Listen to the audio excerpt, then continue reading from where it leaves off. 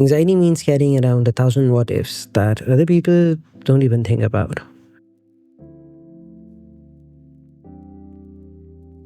What if they misunderstood me?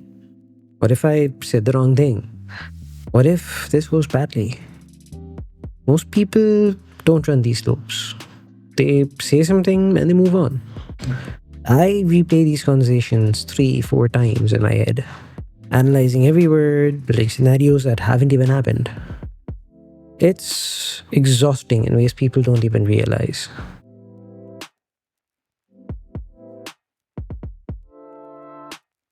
So, over the years, I've learned 5 things about how this works.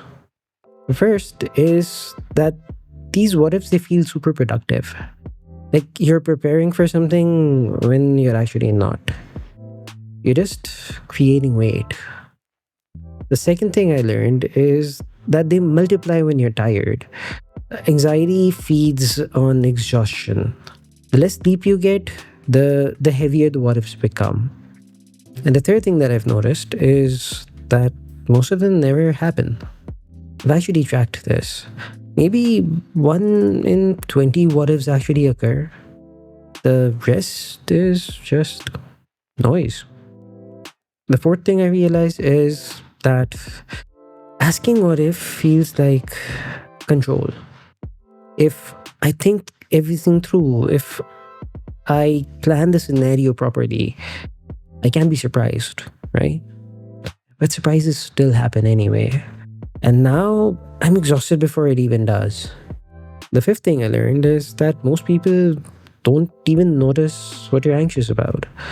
The thing you replayed in your head for 3 hours, people forgot it in like 3 minutes.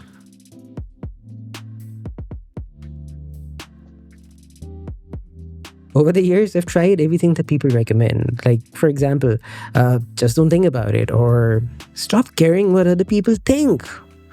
Yeah, right, sure. Let me just rewire my brain real quick. Anxiety doesn't work that way, guys. Meditation helps some people, but it didn't help me. It just gave me more time to sit with the what ifs.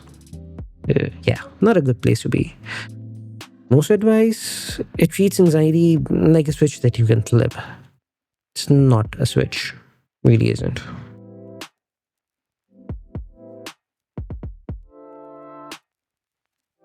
Here's the honest truth. I'm not a therapist or a psychiatrist, but this is just what I've learned. Most quick fixes, they don't work, including mine. I just shut down when anxiety hits. I cut out the triggers and avoid the situation entirely. It helps in the moment, but research shows that avoidance actually makes it worse. It actually hurts you over time. The research on this is pretty clear. Avoidance gives you short term relief, but long term, it teaches your brain that you can't handle anxiety. So, what actually has evidence behind it? Well, physical activity. Not metaphorically, but literally. When I do cardio and strength training consistently, anxiety becomes manageable. It's not gone, but it's just quieter. It's easier to deal with. I can push through it instead of just shutting down. The chemical reaction is still there, but it doesn't own me the same way.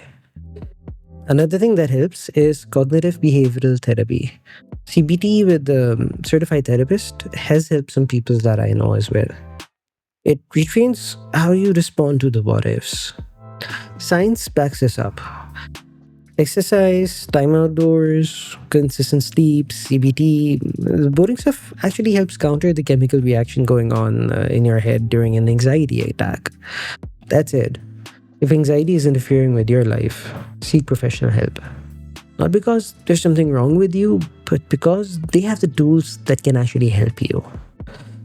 They work.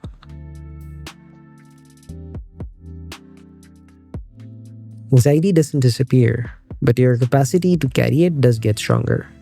And sometimes, that's all you need. And on that note, signing off.